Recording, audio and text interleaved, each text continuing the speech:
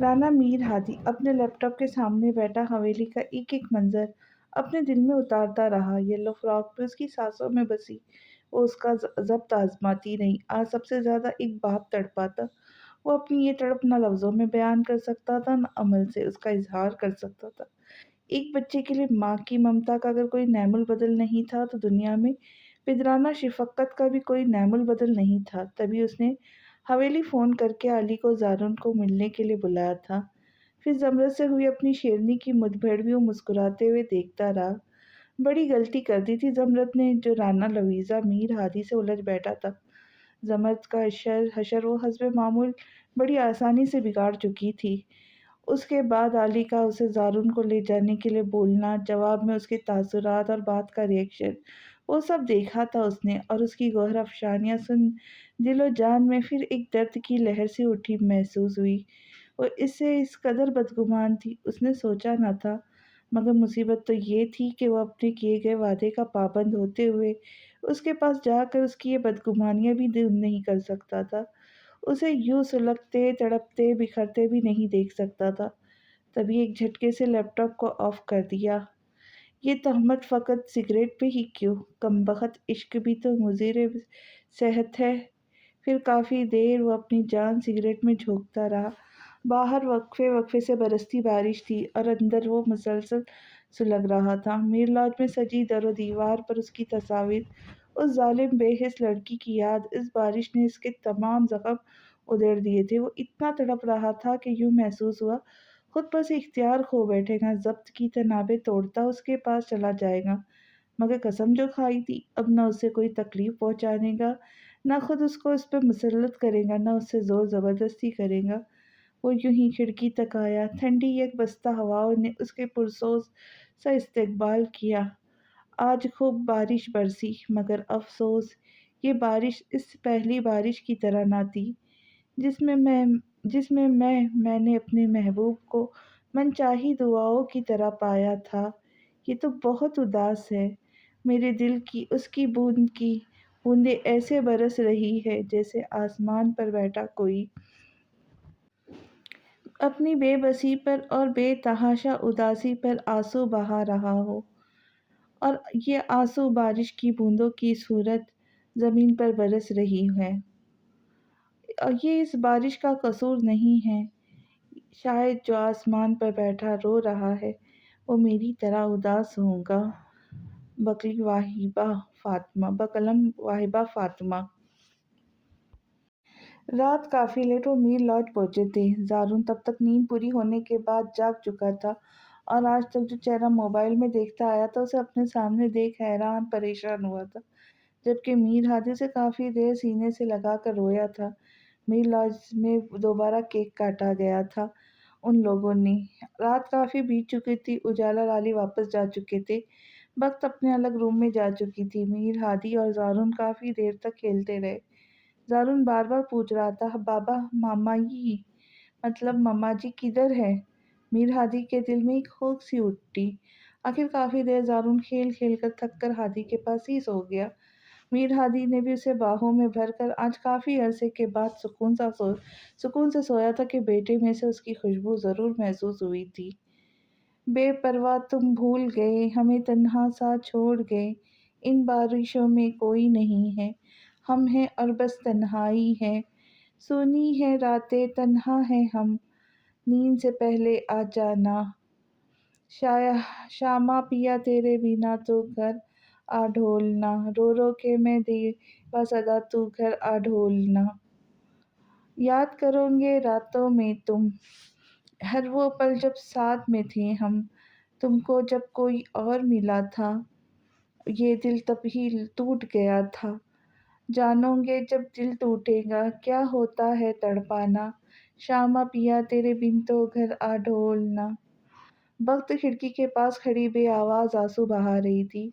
پہلے اپنی ضد اور ہٹ دھرمی میں اپنی زندگی برباد کر لی، مگر اب اس میں اتنی ہمت ہرگز نہیں تھی کہ وہ اپنے لیے کوئی فیصلہ لے سکے۔ میر ہادی نے تو سال پہلے جانے سے پہلے اسے فون کیا تھا اور یہ بولا تھا کہ جب بھی اس بے نام رشتے سے آزاد ہونے کا دل کرے، وہ بس ہلکا سا اشارہ دے دے اور ادھر ہی اس رشتے کو ختم کر دے گا۔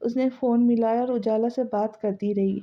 ابھی زارون کو گئے ابھی 2 گھنٹے گزرے تھے جب بخت بے تحاشا گھبرائی سی اس کے کمرے میں آئی، داخل ہوئی۔ کیا ہوا بخت آپی؟ لویزا، وہ زارون اسکول میں بے ہوش ہو گیا ہے، پرنسپل نے فون کیا ہے۔ بخت کے الفاظ تھے کہ بم جو لویزا کے سر پر پھوٹے تھے۔ فون وہیں پھینک کر وہ باہر کی جانب بھاگی تھی۔ اتنا بھی ہوش نہیں رہا کہ سر پر شال اوڑھنی ہے یا پاؤں میں جوتا پہننا ہے، یہ بھی ممتاز بیگم نے بھاگتے دوڑتے اسے پہنائے۔ لویزا، ممتاز بیگم، بختاور مونٹیسری پہنچے تو زارون پرنسپل کے آفس میں ہی تھا اور اب نڈھال سا ہوش میں تھا۔ پرنسپل نے ڈاکٹر کو جلد ہی بلا لیا تھا۔ کیا ہوا ڈاکٹر میرے بچے کو؟ لویزا نے زارون کو گود میں بھرا۔ بچہ کمزور ہے، اس کی صحت کا خیال رکھے، گھبرانے کی کوئی بات نہیں۔ ڈاکٹر نے کہا تو ان کی جان میں جان آئی اور وہ زارون کو لیے حویلی واپس آ گئے۔ اس کے بعد سے سب زارون کا بے تحاشا خیال رکھنے لگے تھے۔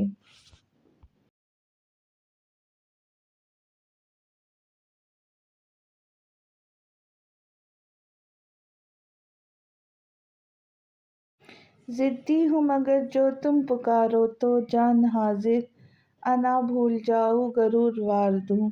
وہ بالکنی میں کھڑا گرم کافی کی تلخیاں اپنے اندر انڈیلتا زارون کے بارے میں سوچ رہا تھا۔ 3 سال ہو چکے تھے اسے بنواس کاٹتے، مگر اس ظالم لڑکی کو اس پر ترس نہ آیا تھا۔ امریکہ میں مسلم کمیونٹی میں رہتے آس پاس کے سبھی لوگوں سے اچھی خاصی جان پہچان ہو گئی تھی۔ یہاں بیٹھ کر وہ وہاں کے تمام حالات سے باخبر تھا۔ یہ بھی جانتا تھا کہ زمرد اس کے سب کچھ ہتھیانے کے چکروں میں سیاست میں اس کے باپ دادا کی ساکھ بری طرح خراب کر رہا ہے۔ ان 2 سالوں میں بھی وہ 2 بار زارون کی برتھ ڈے پر اس سے ملنے گیا تھا۔ اب تو وہ بھی اپنے بابا کے پاس آنے کا تقاضا کرنے لگا تھا اور اب تو بہت ہی زیادہ ضد بھی کرنے لگا تھا۔ مگر میر ہادی بڑی خوبصورتی سے اسے اور اب تک ان سب کو ٹالتا آیا تھا، مگر ممتاز بیگم سب کچھ جانتی تھی کہ وہ کیوں ان سب سے دور، اپنی اولاد سے دور سمندروں پار بیٹھا ہے۔ ابھی فی الحال اسے جس چیز نے پریشان کر رکھا تھا وہ زارون کی مسلسل بگڑتی طبیعت ہی تھی۔ بس نہیں چلتا تھا کہ اڑ کر اپنے بیٹے کے پاس پہنچ جائے، مگر جانے کیوں دل بے چین سا تھا ان دنوں، بے تحاشا بے چین اور بے سکون۔ ایک دھڑکا سا لگا ہوا تھا، ایک خدشہ، جیسے کوئی بچھڑنے والا ہے، جیسے کوئی بہت اپنا تکلیف میں ہو۔ پھر یوں ہوا کہ اس کے تمام دھڑکے، تمام خدشے سچ ثابت ہو گئے۔ ایک ایسی خبر سننے کو ملی تھی کہ کلیجہ منہ کو آ گیا تھا۔ میں اس کو منا لیتے تو اچھا تھا، انا کی جنگ میں اکثر جدائی جیت جاتی ہے۔ لویزا کچن میں زارون کے لیے اس کی فرمائش پر ڈونٹس بنا رہی تھی۔ ممتاز بیگم اور اماں سائی لاؤنج میں بیٹھی تھی۔ وقت امی سائی کے سر میں سرسوں کے تیل کی مالش کر رہی تھی۔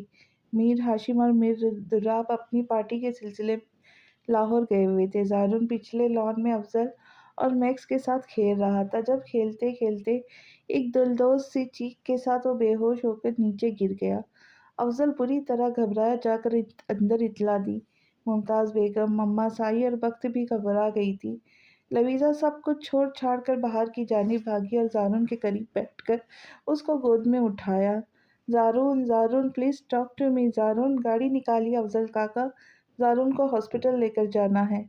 زارون جب ہوش میں نہیں آیا تو لویزا نے چلا کر افضل کو کہا۔ افضل سر ہلاتا بیرونی جانب گیا۔ لویزا نے زارون کو گود میں اٹھایا۔ بخت نے میر دراب لوگوں کو اطلاع دی۔ ممتاز بیگم، بخت اور لویزا اسے لیے ہاسپٹل آئے تھے۔ لویزا نے رو رو کر اپنا برا حال کر لیا تھا۔ کافی دیر سے زارون ایمرجنسی روم میں تھا۔ اس کے کافی سارے ٹیسٹ کیے جا رہے تھے۔ اس کی پچھلے دنوں کی سچویشن کے مطابق اس کا سی ٹی اسکین بھی کیا گیا تھا۔ وہ تینوں زیر لب دعائیں مانگ رہی تھی۔ کافی گھنٹے بیت چکے تھے۔ میر ہادی مسلسل ممتاز بیگم سے ٹچ میں تھا اور ادھر ہی ماہی بے آپ کی طرح تڑپ رہا تھا۔ ڈاکٹرز بھی کچھ ڈھنگ سے نہیں بتا رہے تھے، ہاں، مگر ان کے چہرے پر ہوائیاں ضرور اڑی تھیں۔ رات تک رانا میر ہاشم اور رانا میر دراب بھی ہاسپٹل پہنچ چکے تھے۔ ان کے آنے سے ہاسپٹل میں غیر معمولی سی افراتفری پھیل چکی تھی۔ ڈاکٹر ایمرجنسی روم سے باہر نکلے تھے اور ان کے قریب آئے۔ ڈاکٹر، آپ لوگ کچھ بتائیں گے بھی کہ نہیں کہ میرے پوتے کو آخر ہوا کیا ہے؟ میر دراب نے رعب دار آواز میں جھنجھلا کر پوچھا۔ رانا صاحب بچے کی باقی رپورٹ تو بالکل نارمل ہے اور وہ میڈیسنز کے زیر اثر پرسکون نیند سو رہا ہے، مگر ڈاکٹر فاروق کے جھجکے مگر کیا ڈاکٹر صاحب بتائیے مجھے؟ لویزا بے چین سی ہو کر سامنے آئی۔ ڈاکٹر فاروق جھجکتے ہوئے کئی لمحے تک بول بھی نہیں پایا تھا۔ وہ رانا صاحب بچے کو برین ٹیومر ہے جو کہ ہے تو ابتدائی اسٹیج پہ، مگر خبر تھی یہ پگھلا ہوا سیسا جو کہ لویزا کے کانوں میں اونڈیلا گیا تھا۔ اس سے پہلے ڈاکٹر اپنی بات پوری کرتا، لویزا ہوش و خرد سے بیگانہ ہو کر فرش پر جھٹکے سے گری تھی۔ ارے بہو! ممتاز بیگم لویزا کی جانب لپکی۔ ڈاکٹر بھی گھبرا گیا۔ ممتاز بیگم اور بخت بلند آواز میں رونے لگ گئی تھی۔ اتنی اچانک یہ سب کیا ہو گیا؟ لویزا کو جنرل روم میں لے جا کر ٹریٹمنٹ دی گئی تھی۔ بی پی بری طرح لو ہوا تھا اس کا۔ شاید مزید صدمے برداشت کرنے کی سخت نہیں تھی اس کی چھوٹی سی جان میں، تبھی غم سے یوں نڈال ہوئی تھی۔ ڈاکٹر نے اسے بھی سکون آور انجیکشن دے دیا تھا۔ رانا میر ہادی پر یہ خبر بجلی بن کر گری تھی۔ تبھی یوں تڑپ تڑپ کر رویا تھا، مگر بدقسمتی سے اب بھی اپنے وعدے اپنی قسم کا پابند تھا اور اس انتظار میں تھا کہ شاید اس بے رحم ظالم لڑکی کو اپنے شوہر پر نہ صحیح ایک باپ پر ہی ترس آ جائے۔ تمہیں نہیں ہے میری شدتوں کا اندازہ، کسی بھی سمت سے مجھ کو ذرا پکار کے دیکھ۔ رات گہری ہو چکی تھی۔ آج رات کو زارن کو انڈر آبزرویشن ہی رکھا جانے والا تھا۔ بخت رانا میر ہاشم بمشکل ہی گھر واپس گئے تھے، جبکہ رانا میر دراب، ممتاز بیگم اور افضل ہاسپٹل میں ہی رکے ہوئے تھے۔ ممتاز بیگم لویزا کے سرہانے بیٹھی تھی جب ان کا فون رنگ ہوا۔ نمبر دیکھا تو میر ہادی کا تھا۔ بوجھل دل سے فون یس کر کے کان کو لگایا۔ میر ہادی، خدا کے لیے لوٹ آؤ واپس، تمہارے بچے کو، تمہاری بیوی کو تمہاری ضرورت ہے۔ ممتاز بیگم نے چھوٹتے ہی اس کے زخم ہرے کیے۔ امی سائی اپنی بہو کو کہے بس ایک مرتبہ مجھے اس وعدے، اس قسم سے اذہن رہائی دے دے۔ خدا کے لیے اب تو مجھ پر ترس کھائے۔ میر ہادی آنسو پیتا بوجھل لہجے میں بولا تو ممتاز بیگم پھوٹ پھوٹ کر رو دی۔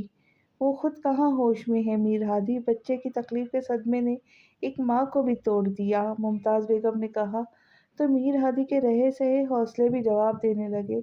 تبھی بے چین ہو کر فون جان بوجھ کر بند کیا تھا۔ ممتاز بیگم بے آواز آنسو بہانے لگی۔ لویزا حویلی کی کچن میں زارن کے لیے دودھ بنا رہی تھی جب کشادہ کھڑکی میں سے دودھ بناتے اس نے باہر حویلی کے لان میں دیکھا۔ بہت ہی خوبصورت ہرا بھرا منظر تھا، مگر لان کے بیچوں بیچ ایک چارپائی رکھی ہوئی تھی، اس پر ایک نومولود بچہ سفید بچھائی پہ لپٹا رو رہا تھا۔ اس کے رونے کی آواز نے لویزا کو بے چین کیا۔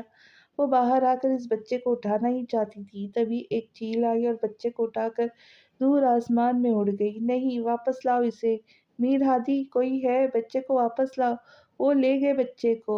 لویزا کی دلدوز چیخوں سے پوری حویلی گونج اٹھی تھی۔ وہ دیوانوں کی طرح حویلی میں بھاگ رہی تھی، چیخ چیخ کر، رو رو کر گلا بھی بیٹھ چکا تھا۔ ممتاز بیگم بے تحاشا چونکی تھی۔ تہجد کا وقت تھا، رات کے 3 بجے تھے اور لویزا کی دبی دبی چیخیں اور بڑبڑاہٹ ہاسپٹل کے کمرے میں گونج رہی تھی۔ واپس لاؤ اسے میر ہادی، میرا بچہ واپس لاؤ۔ وہ شاید کسی بہت ہی بھیانک ڈراؤنے خواب کے زیر اثر تھی، تبھی پسینے میں سر تاپا نہائی پھوٹ پھوٹ کر رو رہی تھی۔ لویزا، لیزا! ممتاز بیگم نے اسے کندھوں سے تھام کر جھنجھوڑا تو وہ نیند سے بیدار ہوئی۔ کافی دیر بعد کچھ سوچنے سمجھنے کے قابل ہوئی تو ممتاز بیگم کے سینے سے لگ کر پھر بری طرح رو دی۔ امی، میرا بچہ مجھ سے دور تو نہیں جائے گا نا؟ امی، میرا زارن! وہ رونے لگی۔ اس ماں سے کیا پوچھتی ہو بیٹی جس کا بچہ خود اس سے دور ہو؟